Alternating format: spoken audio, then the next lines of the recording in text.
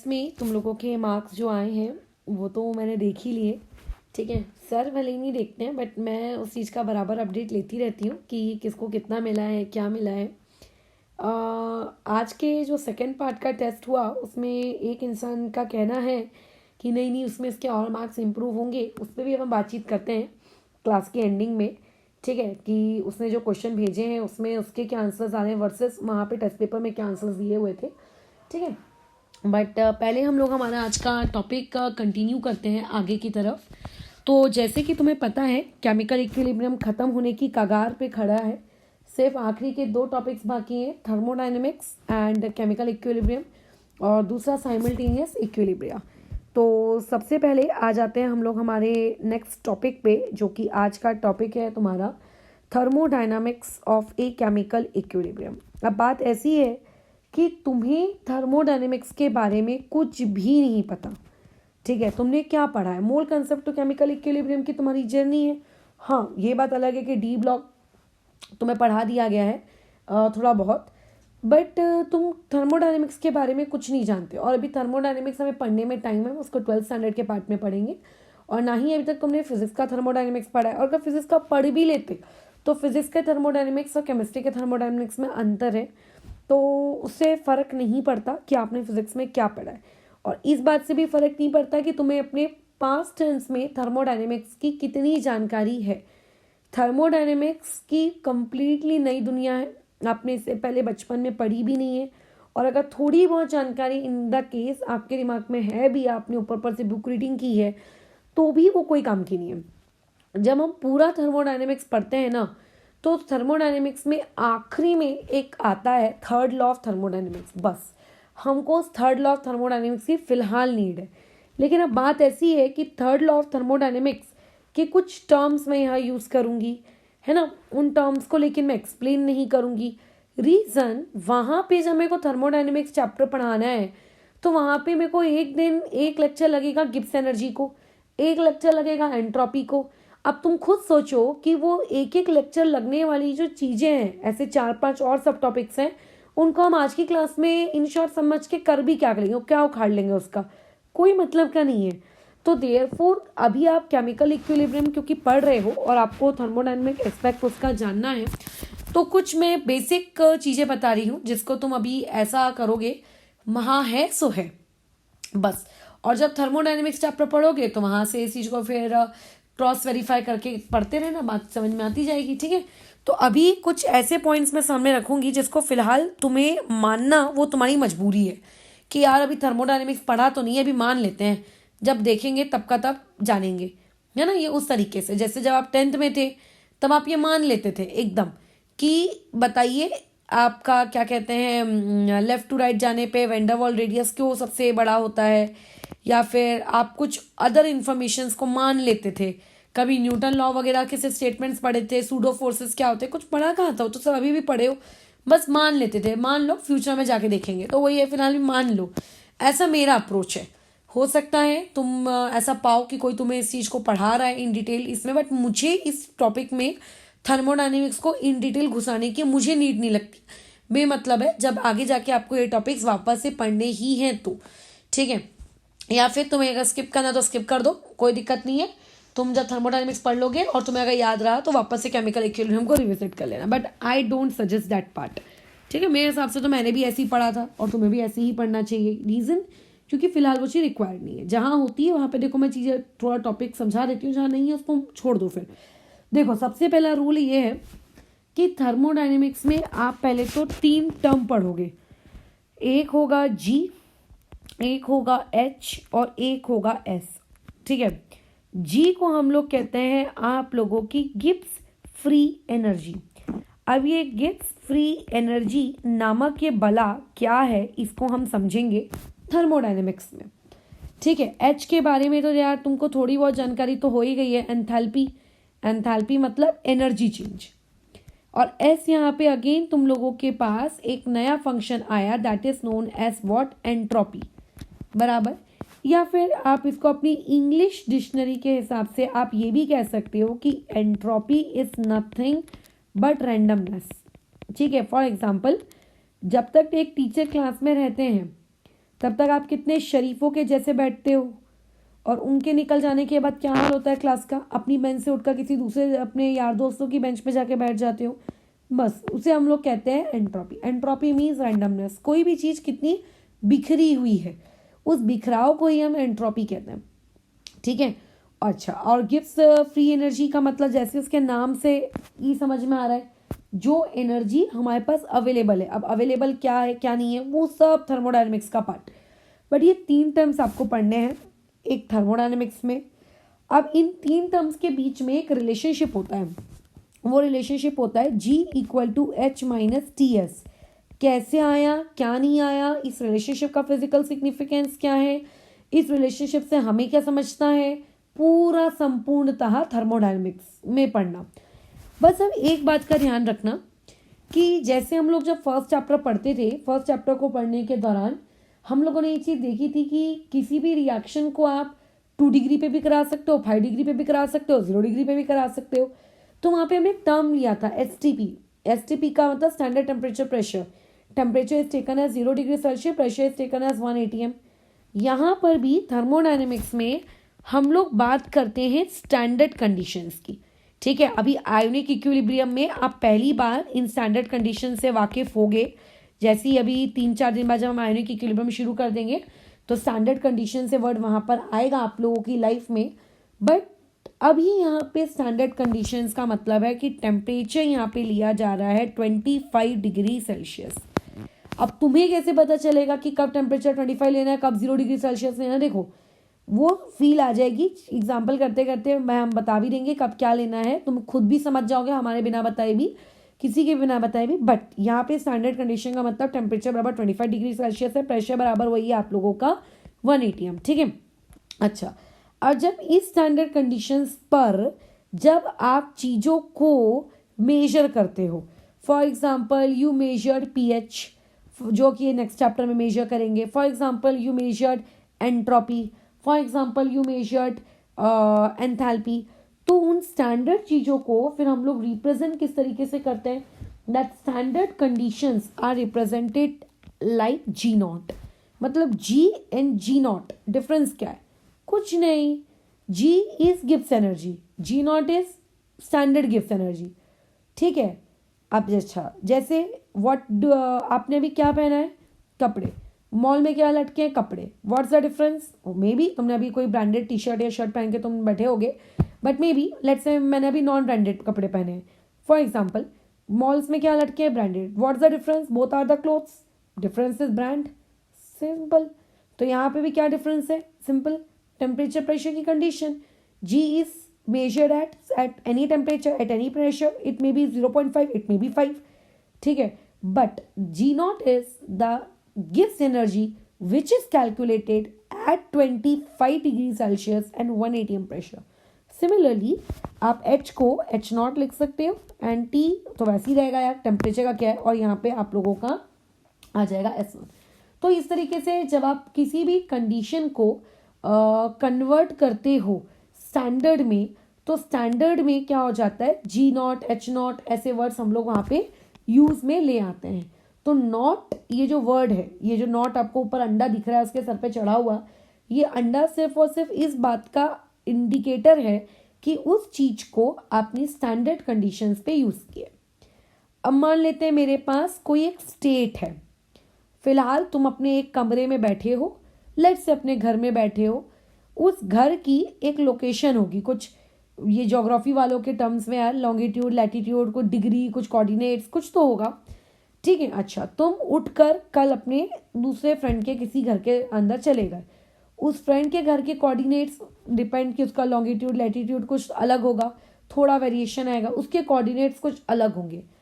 हमने पूछा कि इस पोजीशन से उस पोजीशन में जाने में क्या चेंज हुआ। ठीक है, तो जब भी हम थर्मोडायनेमिक्स में या थर्मोडायनेमिक्स के चैप्टर में जब भी हम बातचीत करेंगे, तो थर्मोडायनेमिक्स में देखो हम लोग हमेशा बातचीत करते हैं चेंज की। ठीक है, हम लोग किसकी बातचीत करते हैं, चेंज की, कि एक स्टेट से आपको दूसरी स्टेट जाने में आप लोगों के इसमें क्या चेंज हुआ, बराबर क्या चेंज हुआ।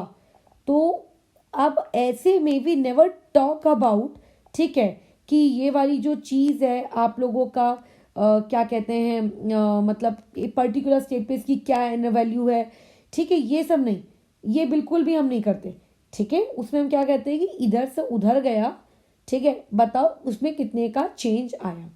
हम we are talking about their state, हम उनके स्टेट में जो चेंज आता है हम यूजुअली उसकी बात करते हैं।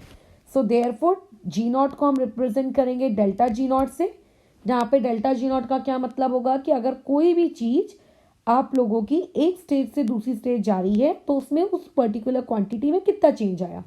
सिमिलरली ये हो जाएगा आपका डेल्टा एच नॉट, और इसको मैंने लिख दिया T times of delta S not. ये वो इक्वेशन है जिसको आपको अभी आगे यूज़ करना है। ये इक्वेशन कहाँ से डिराइव हुई मैंने नहीं बताया है, और क्योंकि मुझे ही लगता कि अभी फालतू के उस चैप्टर की आधी अधूरी जानकारी आपके देने के मतलब की है। बस ये इक्वेशन आपके काम की थी जिसको भी बता दिया गया, खत्म। अच्छा, इस इक्वेशन का मैं क्या करूं, इस इक्वेशन का केमिकल इक्विलिब्रियम में क्या वास्ता है, तो पहले अपन इस इक्वेशन का केमिकल इक्विलिब्रियम से क्या वास्ता है वो बाद में देखते हैं। पहले हम यहाँ पे केमिकल इक्विलिब्रियम को थर्मोडायनेमिक्स को आपस में इनकी खिचड़ी क्यों पका रहे, पहले तो ये खिचड़ी समझ लेते हैं क्या कि इनकी खिचड़ी का रोल क्या है। तो देखो, जब आप थर्ड लॉ ऑफ थर्मोडायनेमिक्स पढ़ोगे ना, according to third law of thermodynamics, जब भी आपने पढ़ना होगा इस चीज़ को, तो थर्ड लॉ ऑफ थर्मोडायनेमिक्स देखो आपको पढ़ते वक्त एक चीज़ देखने को मिलेगी। वो चीज़ ये कहेगी कि जो हमारा मतलब कोई भी रिएक्शन होती है, ठीक है, इस रिएक्शन को अगर स्पॉन्टेनियसली चलना है, स्पॉन्टेनियसली का मतलब होता है खुद ब खुद अपने आप, ठीक है, तो थर्मोडायनेमिक्स में कोई भी रिएक्शन स्पॉन्टेनियस डायरेक्शन में, ठीक है, स्पॉन्टेनियस डायरेक्शन में तभी जाती है या उस तरफ वो स्पॉन्टेनियस होती है जिस तरफ उसको एंट्रोपी बढ़ती हुई दिख रही है, ठीक है, जिस तरफ उसको एंट्रोपी बढ़ती हुई दिख रही है। एंट्रोपी मतलब रैंडमनेस, इसको साधारण भाषा में फिलहाल के लिए समझते हैं कि अगर केमिकल रिएक्शन ने ये ऑब्जर्व किया कि फॉरवर्ड जाने पे एंट्रोपी घट रही है, तो वो बोलेगी कि मैं फॉरवर्ड नहीं जाऊंगी, रैंडमनेस घट रही है, मैं फॉरवर्ड नहीं जाऊंगी अपने आप, ठीक है। जैसे कि तुम्हारे कमरे में भी हीट है, क्या तुम्हारी हीट अपने आप बाहर निकल जाती है, तुम्हारा कमरा ठंडा हो जाता है क्या, नहीं होता ना। आप क्या लगाते हो, एसी लगाते हो, एसी का वो क्या तो रहता है, जो भी पंप जो भी होता होगा खींचता है वो अंदर की हीट। रेफ्रिजरेटर भी वैसे ही सेम फंक्शन पे वर्क करता है। तो वो अपने आप नहीं करते, उन्हें आप करवाते हो मोटर से। घर के टंकी में जो नीचे पानी होता है क्या वो अपने आप ऊपर चढ़ जाता है, नहीं, बट ऊपर की टंकी यदि फुल हो गई है तो नीचे पानी अपने आप गिर जाएगा without any your force of action, उसको तुम्हारी कोई नीड नहीं है। तो किसी भी डायरेक्शन में रिएक्शन को यदि स्पॉन्टेनियस होना है तो स्पॉन्टेनियस होने के लिए वो सबसे पहले ये देखती है क्या उस डायरेक्शन में जाने पर एंट्रोपी बढ़ी कि एंट्रोपी घटी।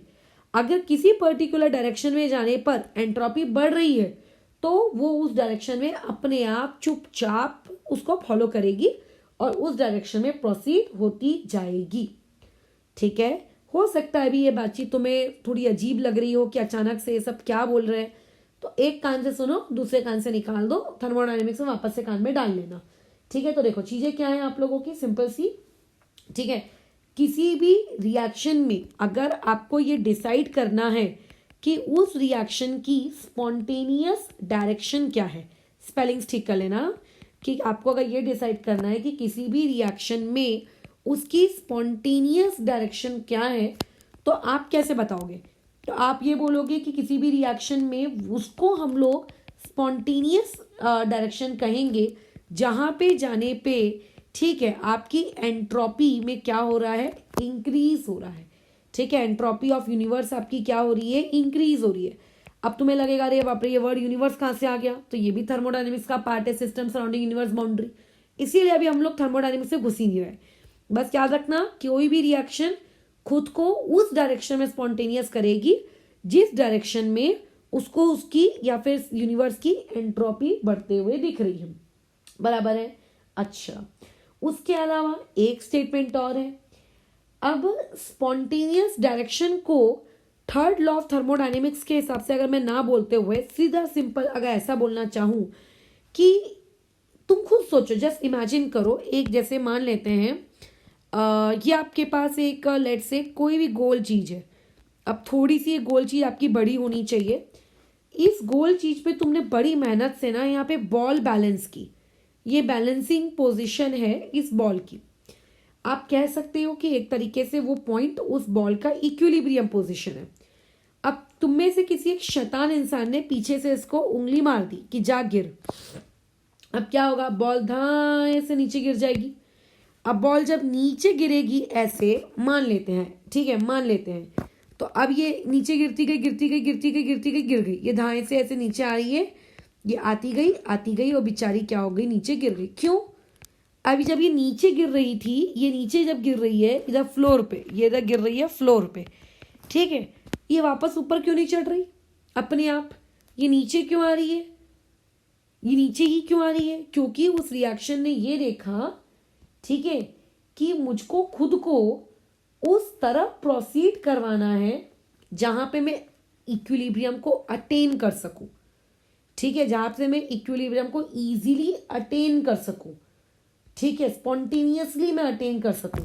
तो यानी कि यहां से एक बात हमें अपने दिमाग में रखनी है कि जितनी भी रिएक्शंस होती हैं, सारी की सारी रिएक्शन स्पॉन्टेनियसली प्रोसीड उसी डायरेक्शन में करती हैं, ठीक है, जहां पे जाने से उनको इक्विलिब्रियम अचीव होता है इजीली, या फिर आप कह सकते हो फटाफट, ठीक है, केमिकल इक्विलिब्रियम जहां पे उनको अचीव होता है।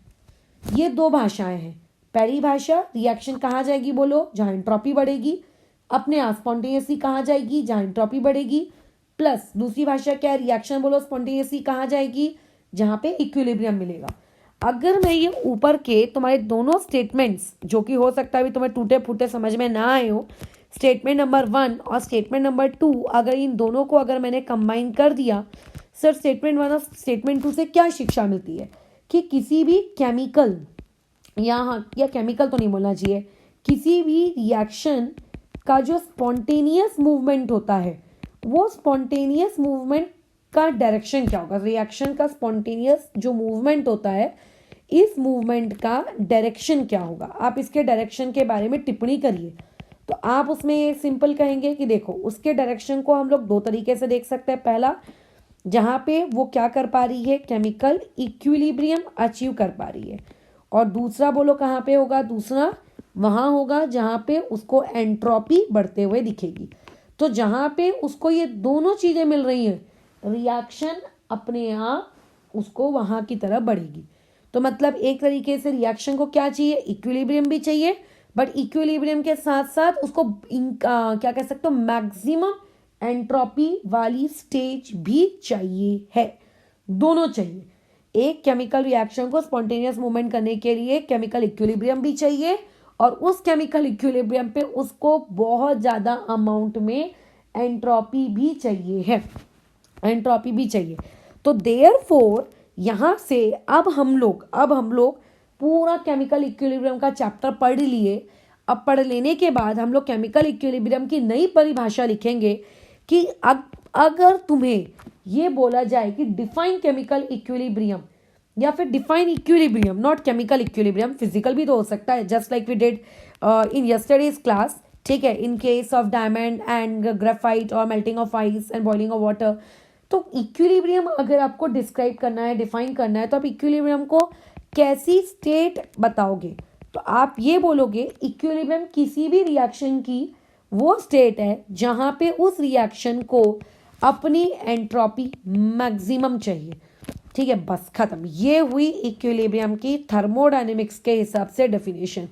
तुम्हें याद होगा इस चैप्टर की शुरुआत जब मैंने की थी तो तुम्हें बहुत सारे एग्जाम्पल्स देके इक्विलिब्रियम को समझाने का प्रयत्न किया था कि इक्विलिब्रियम ये, इक्विलिब्रियम वो, इक्विलिब्रियम फलाना, इक्विलिब्रियम ढमकाना, बट थर्मोडायनेमिक्स आई। थर्मोडायनेमिक्स में एक शब्द बोला, किसको इक्विलिब्रियम कहोगे भाई, जहाँ पे तुम फॉरवर्ड बराबर बैकवर्ड, ऐसा वो तो होगा ही होगा मैथमेटिकली, बट थर्मोडायनेमिकली आप इक्विलिब्रियम किसे कहोगे? सो थर्मोडायनेमिकली इक्विलिब्रियम वो चीज है कि सच दैट फॉरवर्ड रिएक्शन और सच दैट बैकवर्ड रिएक्शन मिलकर एक पर्टिकुलर जगह पे पहुंची, वहां पे दोनों इक्वल हुई, जो कि हम पढ़ चुके थे, बट उस पर्टिकुलर जगह पर उन दोनों की एंट्रोपी मैक्सिमम थी। अब इसी चीज को यदि आपको ग्राफिकली अगर समझाना है तो आप ग्राफिकली इसे कैसे समझाएंगे? फॉर एग्जाम्पल आपने एक ग्राफ प्लॉट किया, ठीक है, एंट्रोपी यूनिवर्स की, ठीक है, वर्सेस आप लोगों के रिएक्शन के कंसंट्रेट मतलब एक्टिव मास को लेकर, नॉट कंसंट्रेशन नहीं बोलना चाहिए, कई लोगों के सेंटिमेंट्स हर्ट हो जाते हैं किसी कंसंट्रेशन को ही क्यों तवज्जो दी जा रही है, ठीक है। इस तरीके से ये ग्राफ प्लॉट कर रहे हो तो तुमको तो पता है कि जब आपकी रिएक्शन मतलब फॉर एग्जांपल एक रिएक्शन दिया हुआ है एक्स इक्विलिब्रियम में है वाई के साथ, तो बताओ एक्स आगे आगे जा रहा है वाई बनाने के लिए, ठीक है, लेट्स से ये वो ग्राफ है, एक्स आगे आगे जा रहा है वाई बनाने के लिए। अब तुम बताओ, अब एक्स आगे आगे जा रहा है वाई बनाने के लिए मतलब वो अपनी एंट्रोपी इंक्रीज कर रहा है। मान लेते हैं ये वो पॉइंट है जहां पे इस एक्स ने बोला कि देख भाई बस ये इतनी मेरी मैक्सिमम एंट्रोपी हो सकती है जो कि मैंने अचीव कर ली। तो ये जो डायरेक्शन है ये कैसा है, एक्स के फॉरवर्ड डायरेक्शन में जाने का है। अब रिएक्शन बैकवर्ड भी तो हो रही होगी, है ना, तो बी वाई से आपका एक्स भी तो बन रहा होगा। तो मान लेते हैं ये आपका यहाँ पे कहीं वाई है, ठीक है, यहाँ पे आपका कहीं वाई है, ये वाई भी तो एक्स की तरफ आ रहा होगा। तो ये वाई ने बोला कि हाँ मैं भी आ रहा हूँ एक्स तेरी तरफ, और इसने भी अपने आप की रिएक्शन को इंक्रीज मतलब एंट्रोपी इंक्रीज करता गया, और ये भी एग्जैक्टली उसी पॉइंट तक अपनी एंट्रोपी को इंक्रीज करके लेकर जाएगा जहाँ तक एक्स ने एंट्रोपी इंक्रीज की थी, और इस पर्टिकुलर पॉइंट को ही हम इक्विलिब्रियम पॉइंट कहेंगे। तो इक्विलिब्रियम पॉइंट को अगर आपको ये बताना है कि इक्विलिब्रियम भाई कौन हो तुम, तो आप बोलोगे कि देखो इक्विलिब्रियम आप लोगों की एक वो जगह है जहां पर आपके सिस्टम की नॉट सिस्टम आपके यूनिवर्स की एंट्रोपी मैक्सिमम पहुंच जाती है फॉरवर्ड डायरेक्शन से भी और बैकवर्ड डायरेक्शन से भी। ऐसा नहीं कि फॉरवर्ड के लिए एंट्रोपी का अलग मैक्सिमा है और बैकवर्ड डायरेक्शन के लिए एंट्रोपी के लिए अलग मैक्सिमा है, दोनों अपना अलग अलग मैक्सिमा रखें, नहीं, फॉरवर्ड डायरेक्शन से आओ या बैकवर्ड डायरेक्शन से आओ, एंट्रोपी का मैक्सिमा आपको वही मिलेगा, और उस मैक्सिमा पर आपको आपकी केमिकल रिएक्शन कैसी दिखेगी, आप कहोगे कि हाँ मेरी केमिकल रिएक्शन अब कैसी है, इक्विलिब्रियम पर है। ये इक्विलिब्रियम को डिफाइन करने का एक तरीका according to the law of thermodynamics, according to the law of what, thermodynamics. लेकिन अब बात ऐसी है कि आपका खुद मैथमेटिकली वाला भेजा चला और सोचो, ये आपके सामने इक्वेशन दी हुई है G equal to H minus T S. Imagine करो H एक फिक्स्ड क्वांटिटी है, इमेजिन T एक फिक्स्ड क्वांटिटी है और आप S को वेरी कर रहे हो, ठीक है, आप क्या कर रहे हो, S को वेरी कर रहे हो। छोटा सा यहाँ पे एक हम लोग बॉक्स क्रिएट कर लेते हैं। तो जस्ट इमेजिन करिए अगर आपने क्या किया, H को इंक्रीज किया, सॉरी नॉट H को नहीं, H को फिक्स किया, और अगर आपने S को इंक्रीज किया, अब S इंक्रीज किया, तो बताओ S के इंक्रीज करने से G घटेगा कि G बढ़ेगा? अगर S बढ़ेगा तो T और S का मल्टीप्लीकेशन भी बढ़ेगा, और जितनी बड़ी क्वांटिटी को आप H से माइनस करोगे G आपका उतना ही छोटा आएगा, क्योंकि S अपन माइनस कर रहे हैं ना, सब्ट्रैक्ट कर रहे हैं H में से, ठीक है ना, तो आपका G छोटा आएगा। अब सोचो आप क्या बकवास कर रहे हो, आप क्या बोल रहे हो कि इक्विलिब्रियम एक ऐसा पॉइंट है जिस पॉइंट पे आप लोगों का जो एंट्रोपी है वो एंट्रोपी क्या हो जाता है, आपका मैक्सिमम हो जाता है। तो दूसरी भाषा में क्या मैं इस चीज को ऐसा नहीं लिख सकती कि इक्विलिब्रियम आप लोगों का एक ऐसा पॉइंट है जहां पे आप लोगों की गिब्स एनर्जी क्या हो जाती है, मिनिमम हो जाती है, क्योंकि एंट्रोपी को आप जितना बढ़ाओगे आपका जी उतना ही छोटा आएगा। यानी कि अगर कोई पूछेगा कि इक्विलिब्रियम क्या है, तो मैं तो इक्विलिब्रियम को ऐसे भी डिफाइन कर सकती हूँ कि इक्विलिब्रियम एक ऐसी कंडीशन है जहाँ पे दोनों रिएक्शन एक दूसरे को फॉरवर्ड और बैकवर्ड डायरेक्शन में अप्रोच करती हैं, मतलब दोनों अपने अपने काम में लगी हुई रहती हैं, और एक ऐसी स्टेट आती है जहाँ पे दोनों की गिव्स एनर्जी क्या हो जाती है, मिनिमम हो जाती है।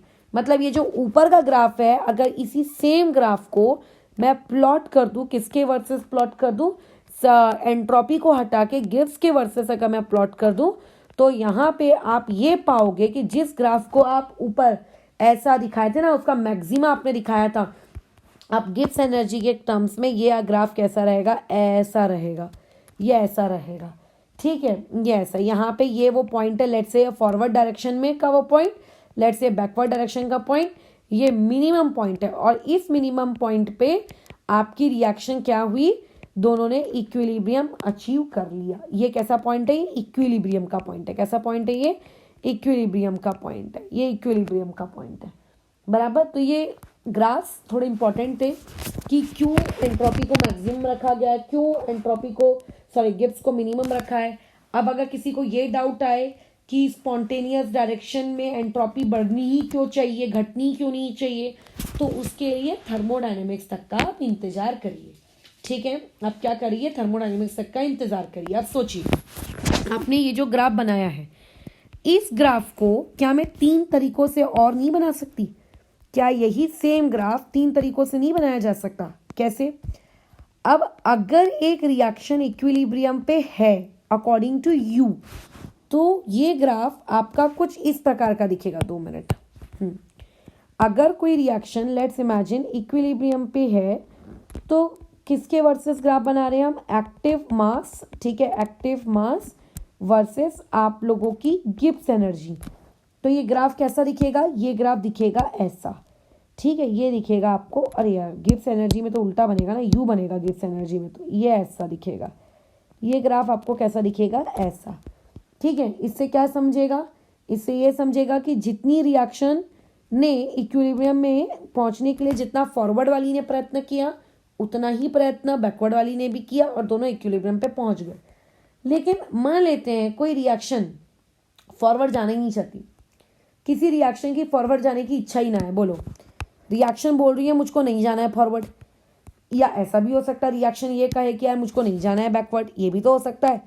दो अभी तो अपन ने क्या कहा कि रेट ऑफ फॉरवर्ड रिएक्शन और रेट ऑफ बैकवर्ड रिएक्शन दोनों इक्वल रहेंगे, है ना। इक्विलिब्रियम का तो मतलब यही होता है, क्योंकि ये ग्राफ तो किसको करस्पॉन्ड करता है, ये तो इक्विलिब्रियम को करस्पॉन्ड करता है। लेकिन अगर मैं ये बोल दूं कि मेरी जो रिएक्शन है, उस रिएक्शन को फॉरवर्ड जाने की तो इच्छा है बहुत, मतलब रिएक्शन बहुत चाहती है कि मैं फॉरवर्ड जाऊं, लेकिन बैकवर्ड आने में उसको कोई दिलचस्पी नहीं है। यानी कि एक्स खुद को वाई में कन्वर्ट करना चाहता है बहुत, लेकिन वाई खुद को एक्स में कन्वर्ट ना करना चाहता है।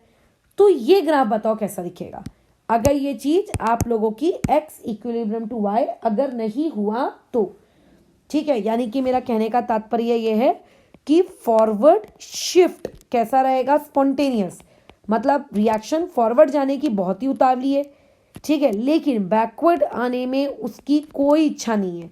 या फिर आप कह सकते हो कि उसको स्पॉन्टेनियस नहीं चाहिए, वो नहीं आना चाह रही है, या आने में बहुत नखरे दिखा रही है, ऐसा कह सकते हो। तब यही गिब्स एनर्जी और यही एक्टिव मास का ग्राफ क्या ऐसी दिखने वाला है? Obviously not. ये ग्राफ फिर ऐसा नहीं दिखेगा। फिर कैसा दिखेगा?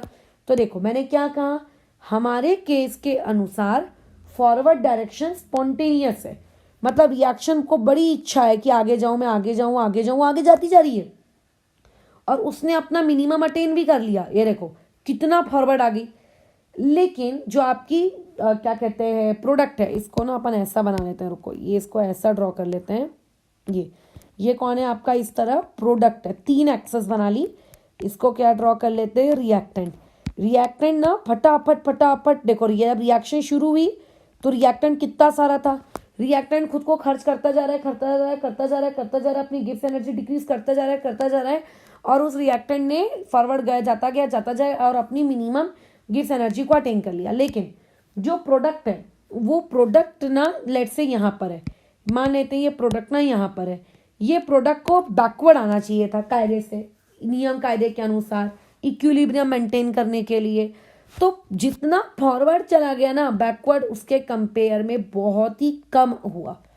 अब तुम बताओ, क्या ये चीज तुम्हें इक्विलिब्रियम की दिखती है? दोनों ने इक्विलिब्रियम तो अचीव किया, दोनों ने अपनी मिनिमम गिब्स एनर्जी तक तो पहुंचे, लेकिन क्या आपको ऐसा लग रहा है कि दोनों द्वारा की हुई मेहनत एक समान है, एक जैसी है? नहीं है। फॉरवर्ड डायरेक्शन यहाँ ज़्यादा हुई है, और यहाँ पे बैकवर्ड डायरेक्शन क्या हुई है? थोड़ी कम हुई है। तो ऐसे में ये वाला जो पॉइंट है, आई डू एग्री कि ये पॉइंट आपका कौन सा पॉइंट है? ये आपके इक्विलिब्रियम का पॉइंट है। लेकिन इस इक्विलिब्रियम के पॉइंट में क्या आप ये कह सकते हो कि रिएक्शन फॉरवर्ड और बैकवर्ड दोनों तरफ से बराबर बराबर हुई है, नहीं, यहाँ पे फॉरवर्ड ज़्यादा है और बैकवर्ड यहाँ पे कम है।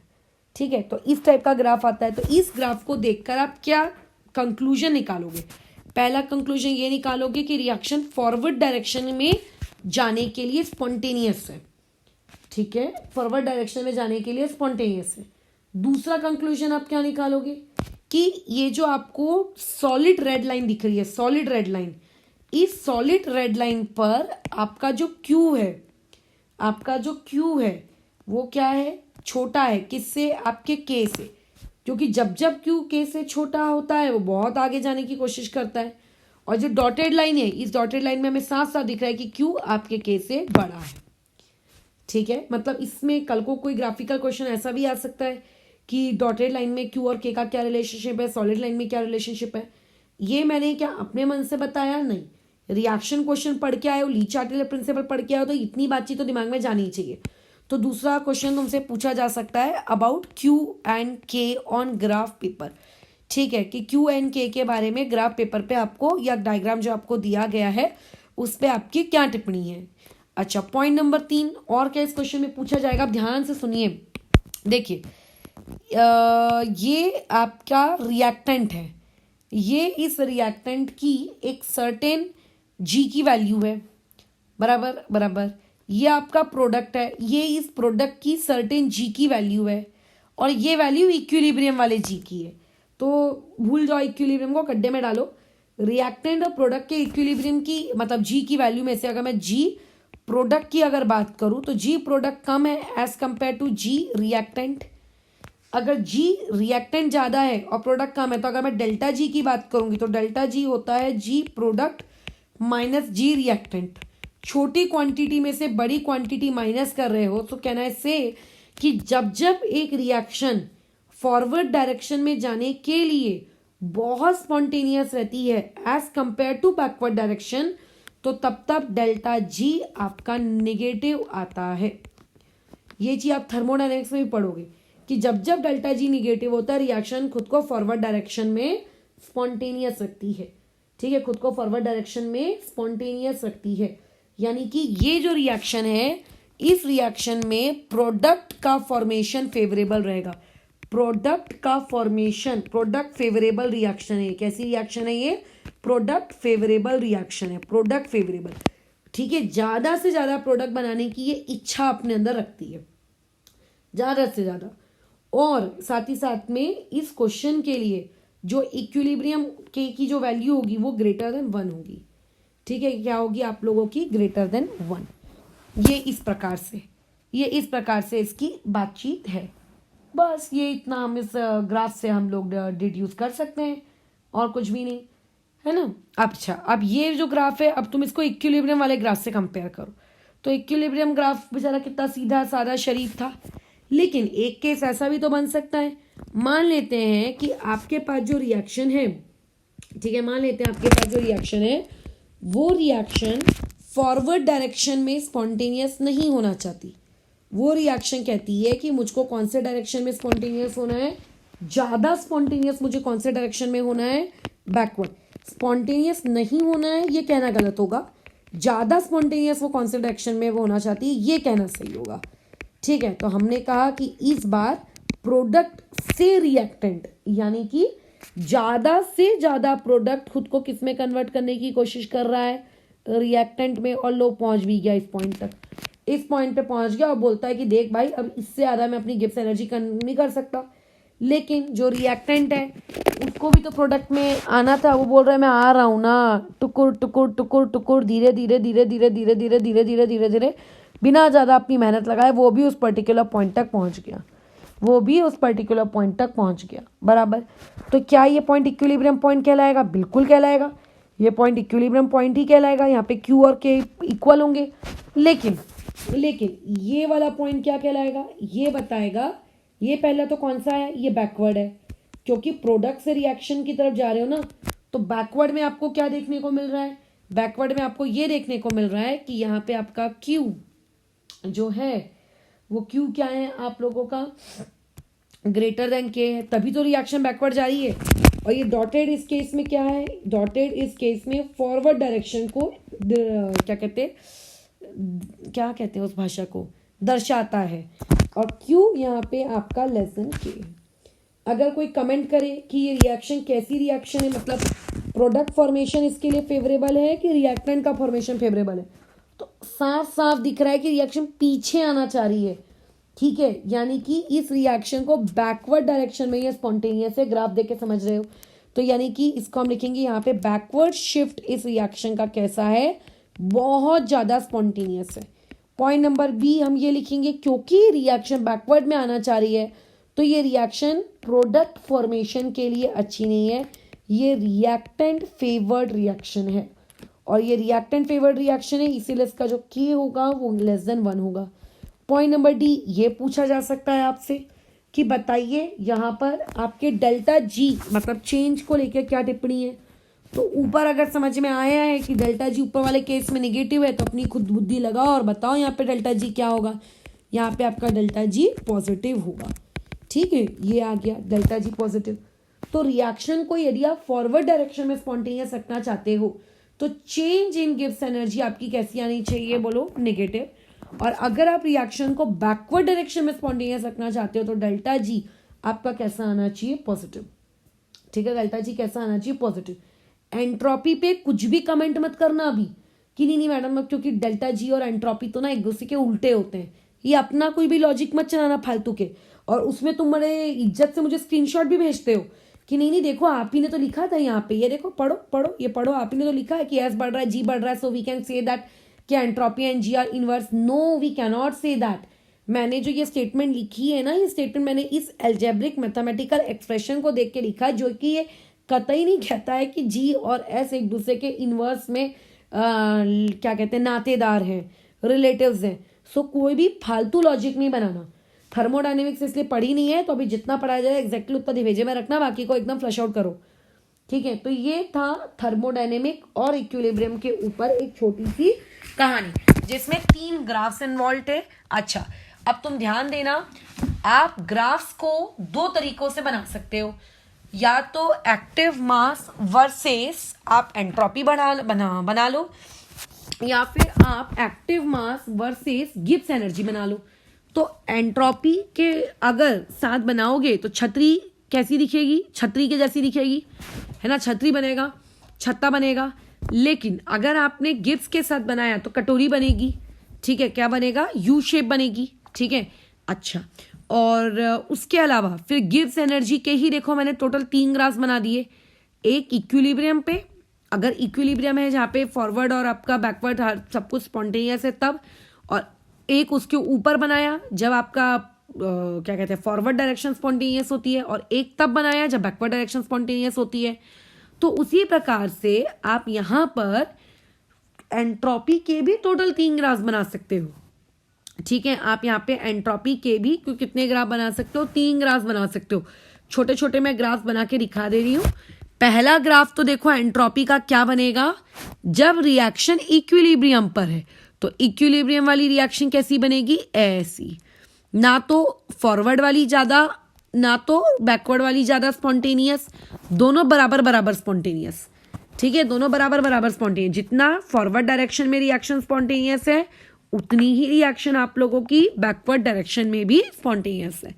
ठीक है, ये आप कर सकते हो, ये वाली चीज है ना, ये हो गया एक। अच्छा, दूसरी चीज आप क्या कह सकते हो कि एक केस ये भी हो सकता है आप लोगों के पास कि मान लेते हैं फॉरवर्ड डायरेक्शन थोड़ी ज्यादा स्पॉन्टेनियस हो गई। तो अगर फॉरवर्ड डायरेक्शन ज्यादा स्पॉन्टेनियस है तो ये वाली चीज कैसी दिखेगी, बस ऐसी, ये ऐसी दिखेगी। ये मैक्सिमा तो नहीं दिख रहा है, ये मान लेते हैं ये फॉरवर्ड ने ये मैक्सिमा अटेन किया और ये आप लोगों के प्रोडक्ट ने यहाँ से, ये देखो साफ साफ मतलब वही चीज कर रहे हैं, बस ग्राफ को उलट दे रहे हैं। अगर कोई रिएक्शन बैकवर्ड डायरेक्शन में ज्यादा स्पॉन्टेनियस है तो पीछे से वो ज्यादा मैक्सिमा करेगी और प्रोडक्ट आपका जो रिएक्टेंट है बेचारा वो कम करेगा। ये इस तरीके से, ये ऐसा। तो ग्राफ एंट्रोपी के लिए भी बनाए जा सकते हैं।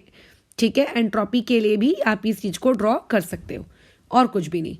ठीक है, अच्छा, तो ये थे हम लोगों के ग्राफ्स को लेकर कुछ प्रवचन। ठीक है, अच्छा, समझ में आ रही है बात, ये ग्राफ्स को लेकर प्रवचन। इसमें याद रखना किसी भी चीज के 3 ग्राफ बना सकते हो कि कब रिएक्टेंट फेवरेबल होगा, कब प्रोडक्ट फेवरेबल होगा, और किस पॉइंट पे आपका रिएक्टेंट और प्रोडक्ट दोनों इक्वल अमाउंट में फेवरेबल होगा। वो तो एक इक्विलिब्रियम वाला पॉइंट हो गया। तो के बारे में भी हम कमेंट कर चुके हैं कि अगर प्रोडक्ट फेवरेबल होता है तो के ग्रेटर देन 1 आएगा, और अगर आप लोगों का बैकवर्ड डायरेक्शन फेवरेबल होती है तो के लेस देन 1 आएगा। ठीक है, ये हो गया। अच्छा, और अगर मान लेते हैं आपकी रिएक्शन क्या होती है, इक्विलिब्रियम पर होती है।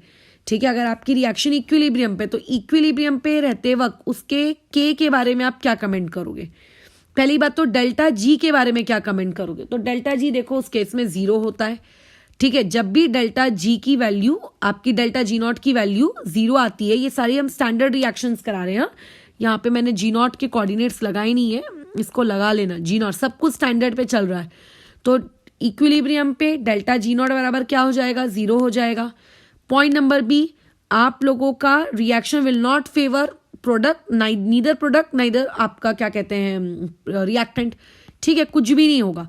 जैसे पहले वाले केस में आप क्या कह रहे थे कि प्रोडक्ट फॉर फेवर होगा, दूसरे में आप कह रहे थे कि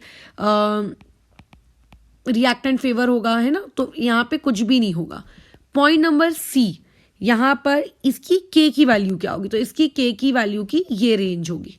ठीक है, प्रीवियस क्लासेस में हम इस रेंज के ऊपर डिस्कशन भी ठीक कर चुके हैं, बराबर। अच्छा, ये साइन लगा देते हैं। ये इस प्रकार की कोई चीज देखने को मिलेगी। और एंट्रोपी के टर्म्स में वो ग्राफ कैसे हैं? सेम टू सेम वही चीज। इक्विलिब्रियम पे आप लोगों को चीजें एकदम बैलेंस दिखेंगी, बराबर। बस इतना याद रखना, इक्विलिब्रियम एंट्रोपी के हिसाब से, मतलब इक्विलिब्रियम को अगर एंट्रोपी के हिसाब से डिफाइन करना हो तो रिएक्शन वहां पे मैक्सिमम अटेन कर लेती है, और अगर गिब्स फ्री एनर्जी के हिसाब से डिस्क्राइब करना हो तो गिब्स फ्री एनर्जी वहां पे आपका क्या कर लेता है? मिनिमम अचीव करता है। इक्विलिब्रियम पर क्या अचीव करता है? मिनिमम। ये सारी बातचीत तो देखो हमें पता चल गई। अब आना है हम लोगों को सबसे इंपॉर्टेंट बातचीत पर। अब वो इंपॉर्टेंट बातचीत क्या है? इंपॉर्टेंट बातचीत आ जाते हैं हम लोग हमारे पेज नंबर 1। पेज नंबर 1 के बाद ही मैं पेज ऐड करके वहीं से कंटिन्यू कर रही हूँ इसी, क्योंकि मैथमेटिकल इक्वेशंस का मुझे काम है। देखो बातचीत ये है, एक इक्वेशन तो मैंने तुम्हारे सामने ये लिख दी है ना। अब दूसरी इक्वेशन मैं तुम्हें और लिख देती हूँ। अब ये आई कहाँ से? वो वेंट ऑफ रिलेशन है कहते हैं इसको। ठीक है, ये आप लोगों का वेंट ऑफ रिलेशन है, लिख देते हैं यहाँ पे according to van't Hoff relation. ठीक है, अच्छा अब ये चीज प्रकट कहाँ से हुई? इस प्रकट चीज के बारे में हम लोग बाद में बातचीत करते हैं आगे, जब हम लोग थर्मोडायनेमिक्स पढ़ेंगे, अभी तो नहीं। तो अभी इस चीज की इक्वेशन कैसी है? एक इक्वेशन और आई आपके सामने, delta G not equals to delta G minus R T आपका, और सॉरी लॉग बेस ई, और यहाँ पे आपका रिएक्शन कोशेंट क्यू। ठीक है, रिएक्शन कोशेंट क्यू। अब यहां से ना एक चीज मेरी ध्यान से और सुन लो, जो कि तुमने अभी तक शायद सीख भी लिए होगे, बट मुझे नहीं पता, तो मैं आप में बता देती हूँ। जब भी हम लॉग की बेस ई को लॉग की बेस 10 में कन्वर्ट करेंगे तो हम लोग ये फैक्टर इंट्रोड्यूस कर देते हैं। ये देखो ऊपर वाली इक्वेशन में लॉग बेस ई का लॉग बेस 10 भी हो गया और एक फैक्टर आ गया। तो ये फैक्टर किस लिए लाया जाता है? लॉग बेस ई को लॉग बेस 10 में कन्वर्ट करने के लिए, क्योंकि सारी मैथमेटिकल कैलकुलेशन यूजुअली हम लोग लॉग बेस 10 में ही करेंगे। क्या तुम क्यू को पहचानते हो? जी हाँ, क्यू इस क्वेश्चन में कौन है? क्वेश्चन में यहाँ पे क्यू कौन है? Reaction quotient. क्या रिएक्शन कोशेंट के बारे में हमने पढ़ा है? बिल्कुल पढ़ा है, 2-3 दिन पहले ही पढ़ा है। उसके बिना तो ली चार्ट लिया हो ही नहीं सकता। क्या डेल्टा जी को पहचानते हैं? Yes, delta G is nothing but ours गिव्स फ्री एनर्जी, है ना, गिव्स फ्री एनर्जी चेंज, क्योंकि डेल्टा का साइन लगा हुआ है। अच्छा, डेल्टा जी नॉट फिर किस बला का नाम है?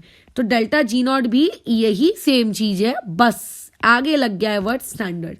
स्टैंडर्ड का मतलब कंडीशन प्रेशर बराबर क्या रखा गया है? 1 atm, और टेम्परेचर बराबर कितना रखा गया है? 25 डिग्री सेल्सियस। मान लेते हैं, ठीक है, मान कर चलते हैं, आपकी रिएक्शन चलते चलते चलते रिएक्शन ने क्या कर लिया? अचीव कर लिया। किस चीज को अचीव कर लिया? इक्विलिब्रियम को अचीव कर लिया। अब तुम मुझे बताओ कि इक्विलिब्रियम पे क्या क्या होता है? इक्विलिब्रियम पर डेल्टा जी नॉट बराबर क्या हो जाता है आप लोगों का? डेल्टा जी नॉट बराबर क्या हो जाता है? 0। मुझको कैसे पता कि डेल्टा जी बराबर 0 हो जाता है? मुझे कैसे पता कि ये वाली चीज़ 0 हो जाती है? ये देखो, ऊपर हमने इक्विलिब्रियम के ग्राफ बनाए थे ना, जो ऊपर मतलब नीचे ग्राफ बनाए थे ना, तो डेल्टा जी बराबर 0 हो जाता है। ये बात तो सबको पता है, पूरी दुनिया को पता है। तो इक्विलिब्रियम पे ये चीज़ होती है। एज वेल एज इक्विलिब्रियम पे रिएक्शन कोशेंट को क्यू कौन लिखता है भाई? इक्विलिब्रियम पे तो क्यू को ही तो क्या कहा जाता है? के इक्विलिब्रियम।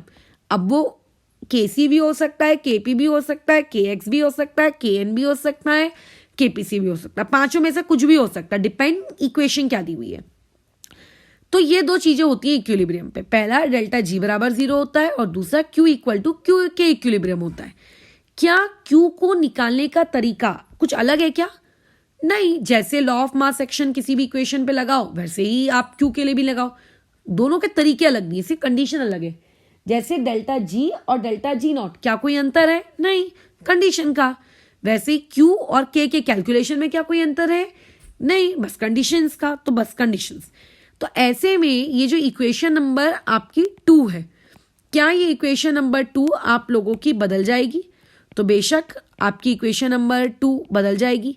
क्या है रिएक्शन? डेल्टा जी नॉट आ जाएगा इक्वल टू में -2.303 आर टी लॉग बेस 10, जिसको मैं क्यू लिखा करती थी उसको मैं लिखूंगी के। क्या लिख दिया मैंने? के। जो केपी केसी कुछ भी हो सकता है। इसको दे दो इक्वेशन नंबर 3। अब आप लोगों के पास इक्वेशन नंबर 1 तो पहले से ही है, delta G not equal to delta H minus T delta S not. तो इन दोनों इक्वेशंस को अगर मैं देखूं तो mathematically from 1 and 3 can we write that कि -2.303 R T log base 10 K equals to delta H not -t times of delta S not लिखा जा सकता है। बस तुम मुझे यहां से मैथमेटिकली log 10 के की वैल्यू निकाल कर दिखा दो। अब इतनी मैथमेटिक्स तो तुमको आती ही है, इसमें मेरी आवश्यकता नहीं है, आई डोंट थिंक सो। तो ये हो जाएगा आप लोगों का minus of delta H not upon में 2.303 आर टी, यहाँ पे आ जाएगा plus T times of delta S not upon में 2.303 आर। अच्छा, आर और ऊपर का टी और नीचे का टी कट गया तो ऊपर के टी को हटा देते हैं। ये आ गई आपके पास इक्वेशन। ये इक्वेशन आपको पता होनी चाहिए कि ये इक्वेशन हमें मिली। इस इक्वेशन का हम क्या करें? क्या इस इक्वेशन का कुछ करना है? तो बिल्कुल इस इक्वेशन को थोड़ा सा ना और मॉडिफाई करना है। इस इक्वेशन को थोड़ा सा और मॉडिफाई करना है। अच्छा, अब कई बार होता कैसा है, ध्यान से सुनेंगे, कई बार बुक में क्वेश्चन बोला जाता है which of the following expression is correct. तो उस करेक्ट एक्सप्रेशन में ये वाला एक्सप्रेशन ना पूरी दुनिया को याद होता है, उसमें कुछ भी नया नहीं है, खुद भी आप एग्जाम हॉल में कर लेते हो। बट एक बहुत ही साधारण से वो लोग माइंड गेम खेलते हैं आपके साथ, क्योंकि मेंस के पेपर में या अगर कोई दूसरा पेपर उठा लो उसमें उनका ये इंटेंशन नहीं होता कि आप कितने आइंस्टाइन या कितने बड़े न्यूटन हो। आप एट अ टाइम छोटी सी छोटी बात को आप क्या वहाँ पे अप्लाई कर पा रहे हो, कि आपकी बुद्धि चल पा रही, कि आप रट्टा तूता तो नहीं हो। तो देखो वो लोग क्या करते हैं, ऐसा भी एक चीज बताई जा सकती है, बहुत ही क्या कह सकते हैं घटिया सवाल है, इससे ऐसा सवाल पूछना भी मतलब शर्मनाक है, और किसी को नहीं बनना तो उससे बड़ा भी शर्मनाक सिचुएशन है। बट ध्यान से देख लें, क्या इस चीज को आउट ऑफ द बॉक्स मैं ऐसा लिख सकती हूं, minus of R T log base e. और मैं बता दूं, लोग लॉग बेस ई को ln लिखते हैं। अगर तुमने लॉग पढ़ा है तो तुम्हें ये चीज पता होगी, ln लिखा हुआ रहता है वहां पे, है ना, ln। तो क्या इस चीज को ऐसा लिखा जा सकता है? तुम बोलोगे बिल्कुल। अब कई लोगों को लगेगा क्यों, अरे मैंने बेस 10 हटा दी ना, लॉग बेस ई में काम कर रही हूं मैं, तो ऑब्वियसली 2.303 का क्या काम है। तो अगर इस चीज को ऐसा लिखा जा सकता है तो फिर लॉग बेस ई के equal to delta H not upon में R T plus delta S not upon में आर। क्या ये इक्वेशन सही होगी? तुम बोलोगे बेशक होगी। बस पेपर के एक ऑप्शन में ये इक्वेशन भी रहती है और हम इस इक्वेशन को मारते हैं बढ़िया तरीके से इग्नोर। कह रहे नहीं, इसमें तो 2.303 नहीं दिख रहा है। तो भाई तुम बेस भी तो चेक करो, ठीक है, ये भी चीज तुम्हें याद रखनी कि बेस भी तो चेक करो कि बेस वहां पे है कि नहीं है। एज वेल एज एक जरूरी सूचना और, log बेस ई के लिखो या फिर आप ऐसा लिखो ln के, दोनों ही सेम चीज है, उससे कोई फर्क नहीं पड़ता। ठीक है, तो रिएक्शन किस तरीके से इक्विलिब्रियम अचीव की, इस पे भी बात हो गई। ये एक इक्वेशन भी हमने डिराइव कर ली। अच्छा, क्या करने का इस इक्वेशन का, इस इक्वेशन से क्या और इसकी कुछ छोटे भाई बहन पैदा करने हैं? तो बिल्कुल इसका एक छोटा भाई बहन और निकालना है, डिराइव्ड फॉर्म निकालना है इस इक्वेशन का। वो आप देखते हैं क्या है हम लोगों के पास। तो सबसे पहले अभी एंटी लॉग या फिर वो तब तो करना आता ही है तुम्हें। देखो कैसे, कहाँ गई हमारी इक्वेशन, ये थी, कहाँ गई, ये रही। इस इक्वेशन को और मॉडिफाई कर लेते हैं। इस इक्वेशन को क्या लिख सकते हो, अगर तुम्हें यहां से मैंने log 10 k की वैल्यू निकालने को कही होती तो तुम लिखते log 10 k इक्वल टू, यहां लिखते डेल्टा जी नॉट माइनस, यहां लगा देती हूँ 2.303, यहाँ पे r और ये t। अब मैं बोलती हूँ k की वैल्यू निकालो, तो तुम बोलोगे उसमें क्या है, k की वैल्यू निकालनी है। तो k की वैल्यू निकालने के लिए आप इस चीज को ऐसा लिख सकते हो कि देयरफॉर k इक्वल टू 10 की power minus delta G not upon में 2.303 RT। ये हो गई एक और इक्वेशन। ये भी k को कैलकुलेट करने का उसका एक रूप है, बराबर। और अगर तुम लोगों का बेस e अगर होता तो k 10 की पावर होता क्या, फिर नहीं, फिर वो e की पावर होता। और अगर e की पावर होता तो minus delta G not upon में आपको देखने को मिलता RT। ये भी एक फॉर्म है k को कैलकुलेट करने का। तो बेसिकली k के विचित्र विचित्र रूप हम लोगों ने देखे। अब इस विचित्र विचित्र रूप से सबसे पहले हम लोग बातचीत करते हैं ग्राफ्स की, और उसके बाद हम बात करेंगे यहाँ पर आप लोगों के क्या कहते हैं न्यूमेरिकल्स पार्ट, जहाँ से पूछे जाते हैं बोर्ड एग्जाम्स में। यूजुअली एग्जाम्स वगैरह में देखो पूछे नहीं जाते, बट मैं इसी सोच के तहत अपने मेंस के पेपर में बैठी थी। थर्मोडायनेमिक्स का एक न्यूमेरिकल मैंने एक्सपेक्ट नहीं किया था कि इतना लेंदी कैलकुलेशंस वाला उस वक्त पेपर में आएगा, बट उन्होंने टपका दिया था। तो ऐसा होता तो नहीं है कि वो लोग ऐसे लेंदी कैलकुलेशंस वाली चीज़ आपको उतने पेपर में दें, क्योंकि उतना वक्त उनको भी पता है नहीं होता है। बट वो जो न्यूमेरिकल हम लोग अभी आगे देखेंगे, न्यूमेरिकल मैं नहीं कराऊंगी क्योंकि कुछ नहीं है, फॉर्मूला पुटिंग है उसमें, ठीक है। वैसे न्यूमेरिकल्स आपको बोर्ड एग्जाम्स में लेकिन बहुत ज़्यादा देखने को मिलेंगे थर्मोडायनेमिक्स जब आप पढ़ोगे, जब आप केमिकल काइनेटिक्स पढ़ोगे तब, ठीक है। चलो अभी इधर बात करते हैं ग्राफ की। देखो बातचीत कुछ इस तरीके से, तुम्हें बेसिक्स ग्राफ पता होने चाहिए कि एक स्ट्रेट लाइन कैसे बनती है, स्ट्रेट लाइन का नेचर कैसा होता है, ये वो वगैरह वगैरह। उसके बिना तो देखो काम नहीं चलेगा। अब देखो जो ये log 10 k है, इसको प्लॉट कर रहे हैं हम लोग y एक्सिस पे, ठीक है। log 10 k को मैं कहाँ प्लॉट कर रही हूँ, y एक्सिस पे। तो ये मेरी y एक्सिस हो गई। इस y एक्सिस पे प्लॉट किया जा रहा है log बेस 10 यहाँ पे k। ओके, x एक्सिस पे आप किसको प्लॉट करेंगे, इस इक्वेशन को देखिए, ये इससे हम लोग ग्राफ प्लॉट करें लगे। तो इस इक्वेशन को मैं यहाँ लिख देती हूँ वापस से, log base 10 k equals to minus of delta h not upon में 2.303 RT प्लस में डेल्टा एस नॉट अपॉन में 2.303 R। अब बताओ कि बेस में तुम किसको प्लॉट करोगे।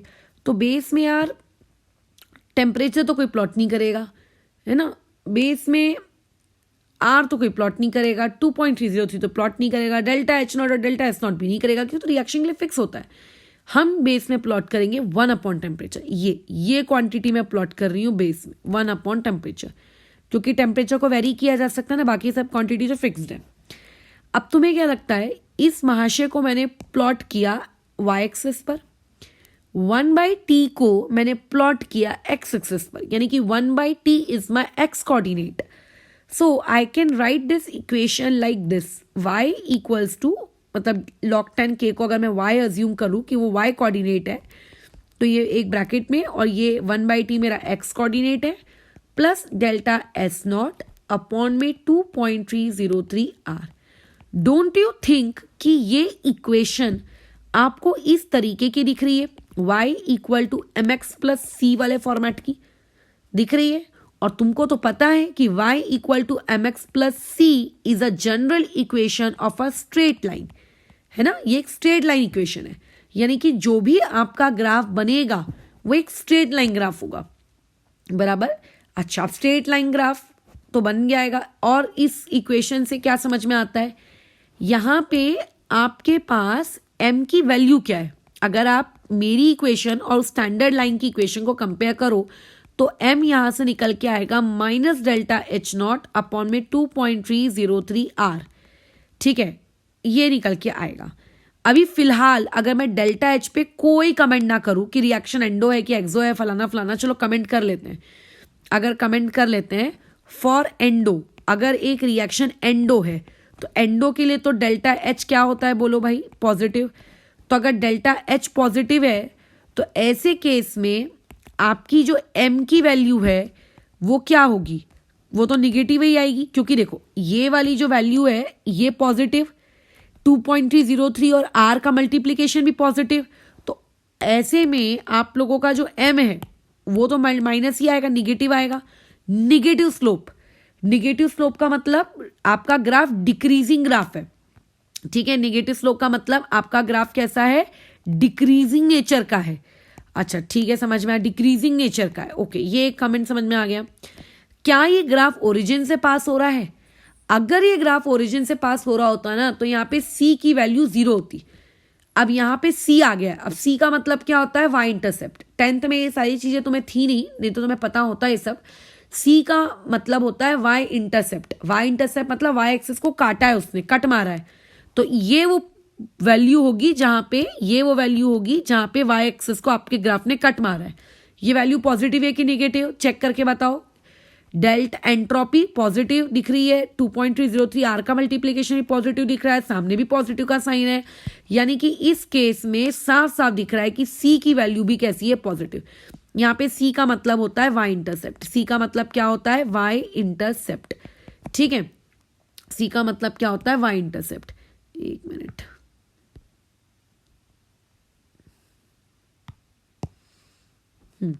सी का मतलब होता है वाई इंटरसेप्ट। ये कर लेना ठीक स्पेलिंग।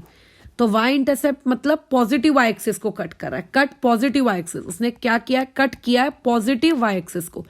अगर पॉजिटिव वाई एक्सिस को कट कर रहा है और डिक्रीज हो रहा है, पॉजिटिव वाई एक्सिस को कट कर रहा है और डिक्रीज हो रहा है, पॉजिटिव वाई एक्सिस को कट कर रहा है और डिक्रीज हो रहा है, मतलब graph will be like that. ये ऐसा दिखेगा ग्राफ। किसके लिए, क्या हर रिएक्शन के लिए? No. For endothermic reaction, if you are going to plot a graph of log 10k versus 1/t, then it is going to look like this. जहां पे ये कोऑर्डिनेट क्या कहलाएगा, this coordinate will be your C, and here according to the equation C is nothing but delta S naught upon में 2.303 R। ठीक है, बराबर। अगर मैं बोलूंगी सी की वैल्यू 5 तो सी की वैल्यू 5 का मतलब यहां से लेके यहां तक की वैल्यू को delta S not upon 2.303 R कहा जा रहा है, बराबर। और इस क्वेश्चन का स्लोप बोलो क्या, एम का मतलब होता है स्लोप, एम का मतलब होता है स्लोप। इस क्वेश्चन का स्लोप कैसा है आपका, स्लोप इक्वल्स टू, इस क्वेश्चन में आएगा minus delta H not upon में 2.303 R. But what you think, अगर रिएक्शन एक्सोथर्मिक हुई तो क्या होगा? ठीक है, क्या एक्सोथर्मिक रिएक्शन के लिए भी ग्राफ ऐसे ही बनेगा क्या? Obviously not. एक्सो के लिए ग्राफ ऐसा थोड़ी ना बनेगा। क्यों नहीं बनेगा, क्यों, एक्सो में क्यों चेंज आएगा? क्योंकि एक्सो का जो डेल्टा एच नॉट होगा वो तो निगेटिव होगा। और अगर डेल्टा एच नॉट निगेटिव है, ठीक है, और आप देखो आपकी स्लोप क्या है, आपकी स्लोप में पहले ही से एक निगेटिव का साइन है, आप डेल्टा एच नॉट में भी आप निगेटिव पुट कर रहे हो, तो दोनों निगेटिव निगेटिव मिलके पॉजिटिव हो जाएंगे। तो देयरफॉर यहां से m की वैल्यू आएगी पॉजिटिव। इसका मतलब है कि आपका जो भी ग्राफ बनेगा उस ग्राफ का जो नेचर होगा वो नेचर कैसा रहेगा, इंक्रीजिंग नेचर रहेगा, बराबर, खत्म। अच्छा, इंटरसेप्ट के बारे में क्या कमेंट है? तो इंटरसेप्ट तो यार वैसे का वैसे ही रहेगा, c इक्वल टू पॉजिटिव, उसमें क्या चेंज आएगा। अब आपका इंटरसेप्ट भी पॉजिटिव है, ठीक है, एज वेल एज आप लोगों का जो ग्राफ है वो इंक्रीजिंग ग्राफ भी है, बढ़ रहा है ऊपर की तरफ। तो इसका मतलब ये ग्राफ कैसा दिखेगा, ये ग्राफ ऐसा दिखेगा, वाई एक्सिस को काट के ऊपर आसमान की तरह बढ़ रहा है। तो this point will be your C, ठीक है, and this distance will be your delta S not upon में 2.303 आर। और यहां पे अगर किसी ने तुमसे पूछा कि स्लोप क्या है तो तुम क्या कहोगे कि यहाँ पे जो भी इसकी स्लोप है वो आप लोगों की साफ साफ आंखों से, बड़ी बड़ी आंखों से दिख रहा है कि डेल्टा एच नॉट मतलब माइनस में ही रहेगी, ऑब्वियस है, बट माइनस और इसका माइनस अलग से, ये ऐसा रहेगा। ये मतलब ओवरऑल आंसर आपका क्या आएगा, पॉजिटिव आएगा। ठीक है, ये ऐसा है हिसाब किताब, बराबर। तो ये वो दो ग्राफ्स हैं जो एक एंडोथर्मिक रिएक्शन के लिए और एक एक्सोथर्मिक रिएक्शन के लिए वर्ल्ड वाइड फेमस है। ठीक है, एकदम वर्ल्ड वाइड फेमस है। इन ग्राफ्स में तो मैं बता दूं तुम्हें, कोई ये नहीं कहेगा, मतलब कोई गधा ही होगा जो इन ग्राफ्स को गलत करे। अब इसमें सुनो, एक तीसरा ग्राफ की एंट्री होती है। ये तीसरा ग्राफ यूजुअली मटेरियल में, यूजुअली आपको टेक्स्ट बुक्स में नहीं देखने को मिलता। अब क्योंकि ये ग्राफ हमको देखने को मिलता नहीं है तो हमारा दिमाग ऐसा चलता है कि अच्छा ये ग्राफ नहीं है, इसका मतलब ये कि ये ग्राफ एग्जिस्ट ही नहीं करता। क्योंकि हमारे हिसाब से तो जो चीज़ टीचर पढ़ाते हैं या फिर जो चीज़ आपको नोट्स में लिख के मिलती है उसके अलावा कोई तीसरी चीज़ एग्जिस्ट नहीं करती है, ऐसा नहीं होता है। एक खुद की बुद्धि नामक चीज़ भी दुनिया में एग्जिस्ट करती है।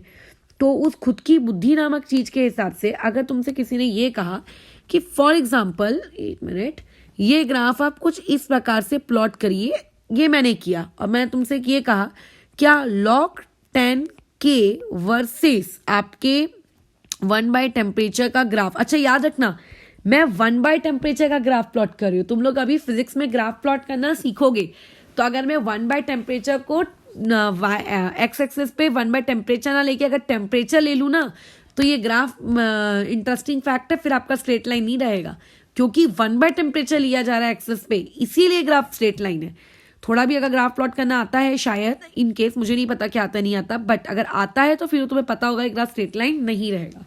तो जब भी तुम्हें सर फिजिक्स में ग्राफ सिखाएं तो उस चीज को ध्यान रखना, थोड़ा केमिस्ट्री के ग्राफ को भी उसके हिसाब से उलट पुलट करके अपनी प्रैक्टिस कर लेना। अब जैसे log 10 वर्सेस k का ग्राफ मैंने 1/t ऐसा बनाया।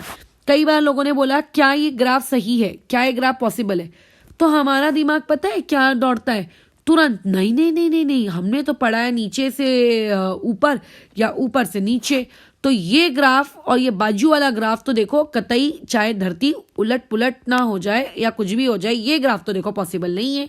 ये हमारी खोपड़ी चलती है। ऐसा क्यों नहीं है, क्यों ये ग्राफ पॉसिबल नहीं है? एक बार भी तुमने सोचा ये ग्राफ क्यों पॉसिबल नहीं है? इमेजिन करो, ये यार तुमको अगर स्टडी इसका मतलब नहीं समझ आता तो तुम तो गजब पगले हो। ये ग्राफ ये बताता है कि log 10 k की वैल्यू कांस्टेंट है। log 10 k की वैल्यू कांस्टेंट है। अपने इस इक्वेशन को देखो और log 10 k की वैल्यू आपको कांस्टेंट कब मिलेगी? log 10 k की वैल्यू आपको कांस्टेंट कब मिलेगी? खुद सोचो, दिमाग लगाओ, यहाँ पे log 10 k की वैल्यू आपको कांस्टेंट कब मिलेगी?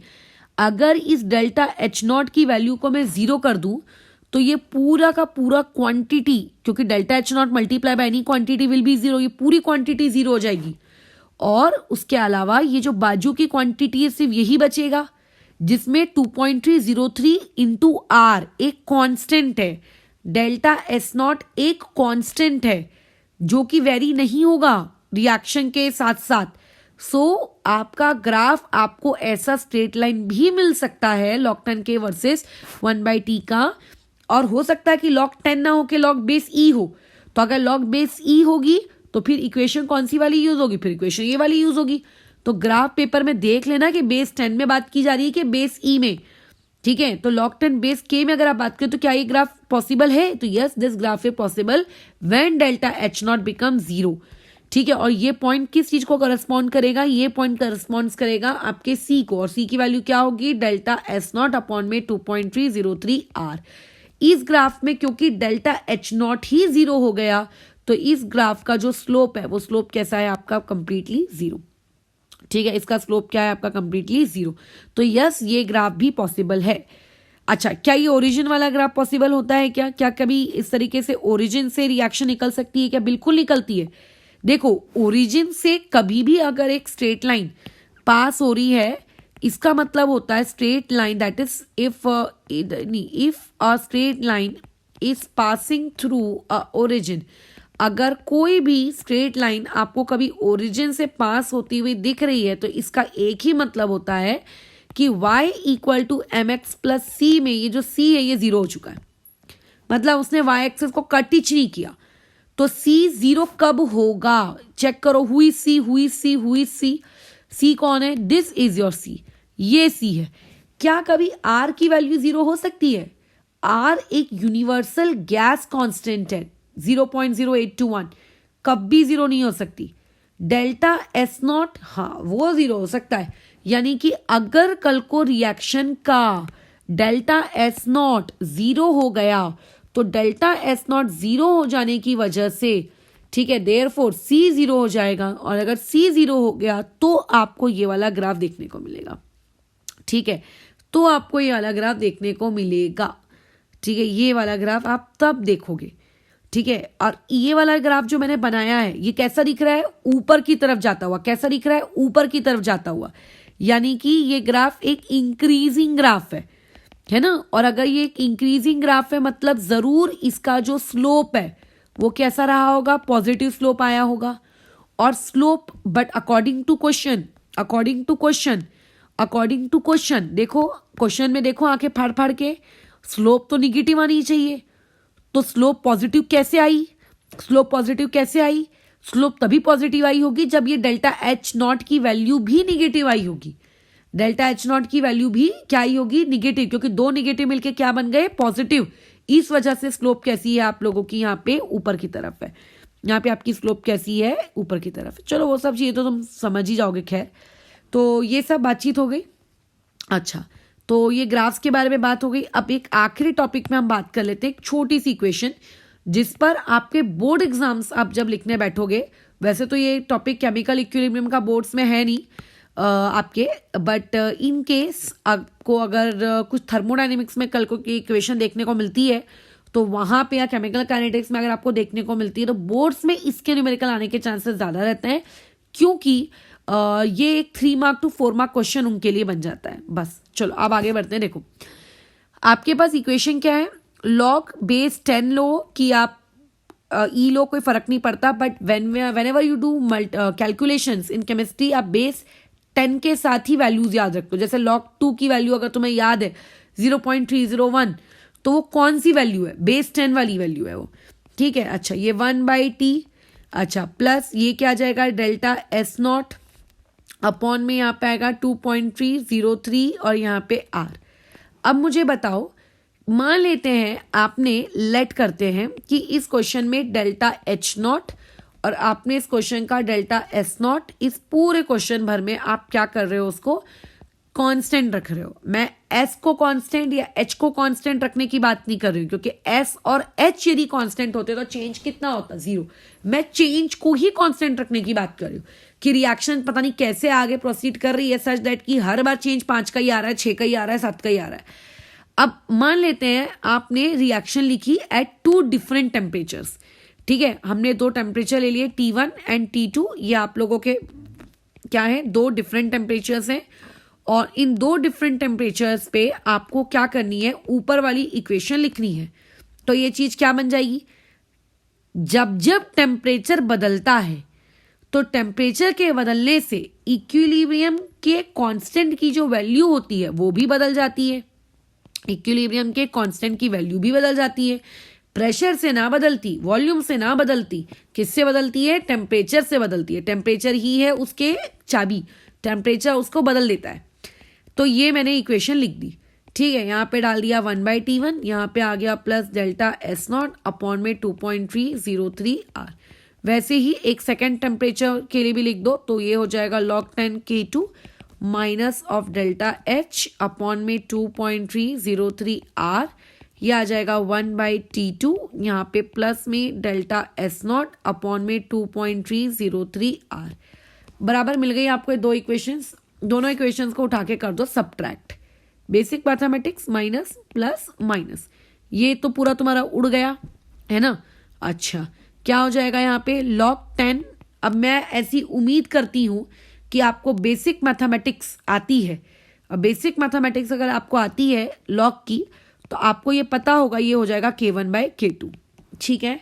अच्छा, यहाँ क्या हो जाएगा, ये हो जाएगा माइनस ऑफ डेल्टा एच, अगर हम कॉमन निकाल लें 2.303 r, तो ये हो जाना है आपका 1/T1 बराबर, और ये हो जाएगा, ये तो प्लस है, ये हो जाएगा माइनस 1/T2, ये आ गई वैल्यू, है ना। अच्छा, अब इसको थोड़ा सा ना सजा के लिख लेते हैं ऐसे, कैसे, 2 मिनट, मैंने माइनस बराबर निकाला है कि नहीं निकाला है, माइनस साइन कॉमन निकाले हैं तो जो प्लस था हमारा वो प्लस बन गया।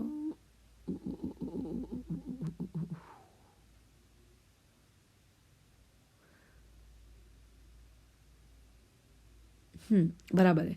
बस ये इक्वेशन आ गई। अब इसमें क्या करता है, तुम्हें दो डिफरेंट टेम्परेचर दे देगा कि मान लो पहले रिएक्शन आप लोगों की थी 500 डिग्री सेल्सियस पर और अब रिएक्शन पहुंच गई आप लोगों की मान लेते हैं 700 डिग्री सेल्सियस पर। तो 700 डिग्री सेल्सियस पे पहुंच जाने के बाद उसका रेट कांस्टेंट हो गया 4। तो बताइए कि जब वो 500 डिग्री सेल्सियस पे थी तब उसका रेट कांस्टेंट कितना हुआ करता था। ये इस टाइप से चीजें बकवास, ठीक है। तो उसमें याद रखना T1 T2 K1 K2 और ये डेल्टा H, ये 5 चीजें हैं। इन 5 में से किसी 4 की वैल्यू आपको दे देगा और इनमें से आप लोगों को किसी एक की वैल्यू कैलकुलेट करने को बोलेगा। तो इस टाइप के जो सवाल है, महान सवाल, ये आपको पूछे जाते हैं कहाँ पर, क्या कहते हैं, बोर्ड एग्जाम्स में। यूजुअली इस टाइप के सवाल मेंस वगैरह में या किसी भी कॉम्पिटिटिव एग्जाम में आने की प्रोबेबिलिटी कम होती है क्योंकि कैलकुलेशन पार्ट इनमें ज़्यादा होता है, ठीक है, देयरफॉर। बराबर। अच्छा, और उसके अलावा एक क्वेश्चन, बस यहाँ पे हमारी सभा समाप्त होती है और कुछ भी नहीं। एक नोट तुम्हें लिखवा देते हैं, उस नोट पे थोड़ा सा गौर करना, ये बहुत इंपॉर्टेंट है। इस टाइप के बड़े बड़े कैलकुलेशन वाली चीज़ों से तुमको बचाएगा ये नोट। हमने ली चार्टिलियस पढ़ लिया है पहले ही, है ना।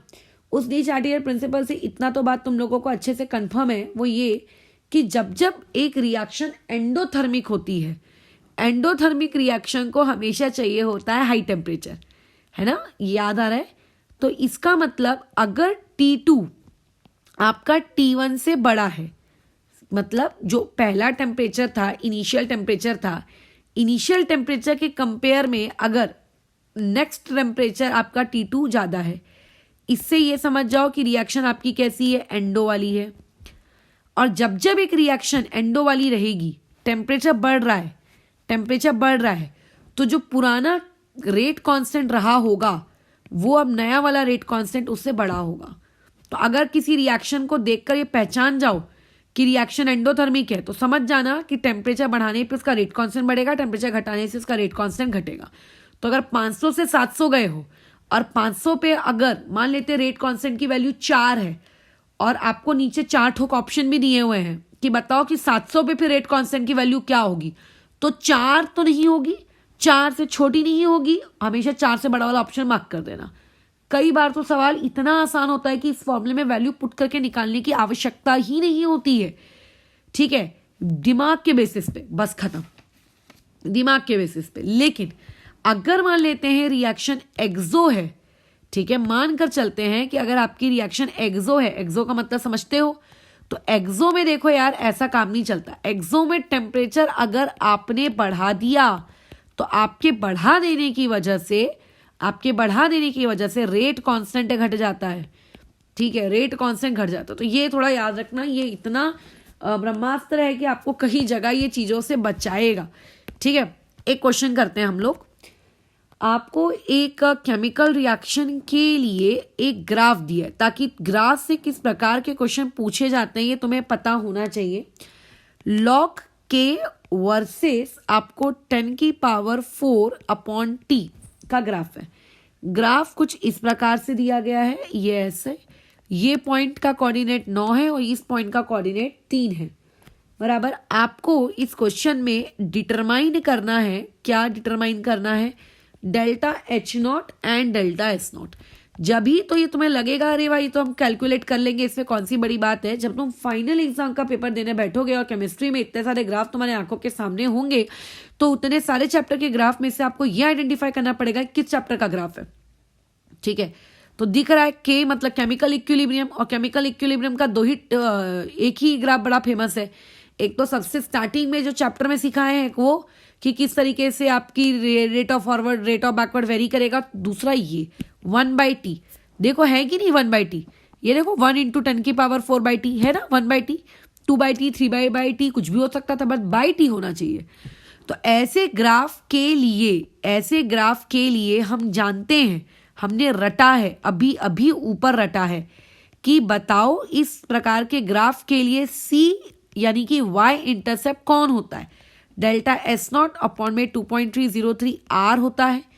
हमने अभी अभी रटा है इस प्रकार के ग्राफ के लिए डेल्टा एच नॉट क्या होता है। इस प्रकार के ग्राफ के लिए डेल्टा एच नॉट यानी कि minus of delta H not 2.303 R T आप लोगों का स्लोप होता है।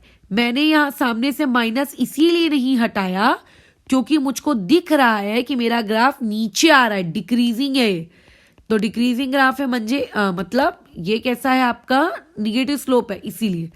अब सी यानी कि वाई इंटरसेप्ट, जिस पॉइंट पे उसने वाई एक्सिस को कट किया, 3 वाले पॉइंट पे कट कर रहा है, तो 3 इंटू 2.303 इंटू आर की वैल्यू वहां पे आप पुट कर दीजिए। बाद में अगर क्वेश्चन में पूछा गया है तो यहां से आ जाएगा आपका डेल्टा एस नॉट। इस प्रकार से सवालों को सॉल्व करना रहता है, ठीक है। नहीं तो तुम कंफ्यूज होकर बैठ जाओगे, अरे डेल्टा एच नॉट कैसे निकाले, हमको तो सिखाया ही नहीं हमारे टीचर ने, इसीलिए वो कंफ्यूज नहीं होना है, ठीक है ना। अच्छा, ये वाला आ गया स्लोप स्लोप स्लोप स्लोप। तो स्लोप कहां से लाए, कहां से उठा के लाए स्लोप को।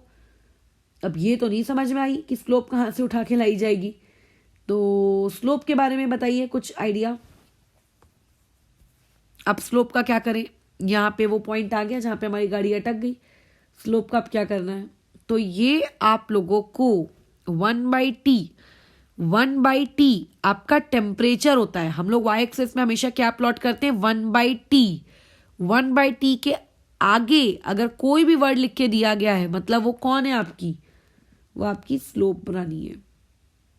बस हो गई वहीं पे कहानी खत्म। अब कर लोगे ये क्वेश्चन आगे, मेरे हिसाब से तो कर लेना चाहिए।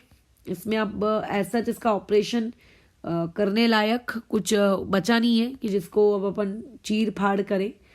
अच्छा, अब एक क्वेश्चन और उठा लेते हैं।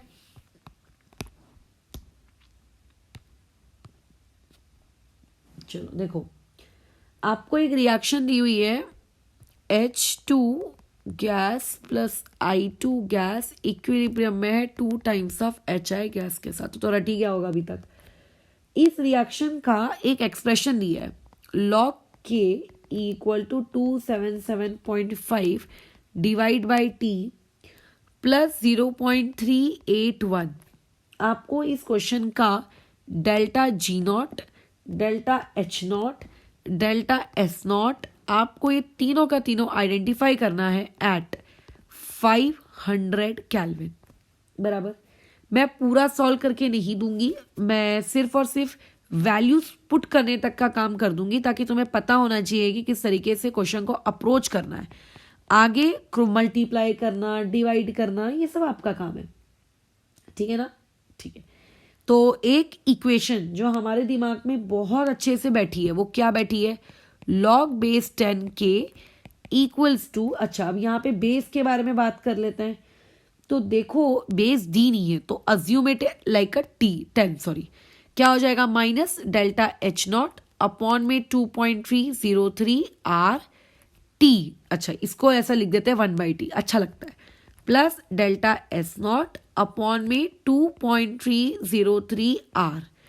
तुम्हें अभी क्या इक्वेशन दी हुई है क्वेश्चन देने वाले ने, log base 10k equal to 277.5 upon T लिखा है, तो उस अपॉन टी को मैं ऐसा लिख देती हूँ, कुछ बदलाव तो नहीं किया ना, प्लस 0.381।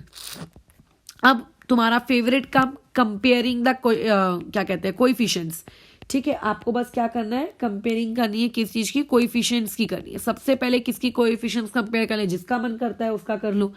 पहले डेल्टा एस नॉट वाले का कर लो, बोलो क्या हो जाएगा, वो आपका वाई इंटरसेप्ट है, डेल्टा एस नॉट 2.303 आर और 0.381 भी आपका वाई इंटरसेप्ट है।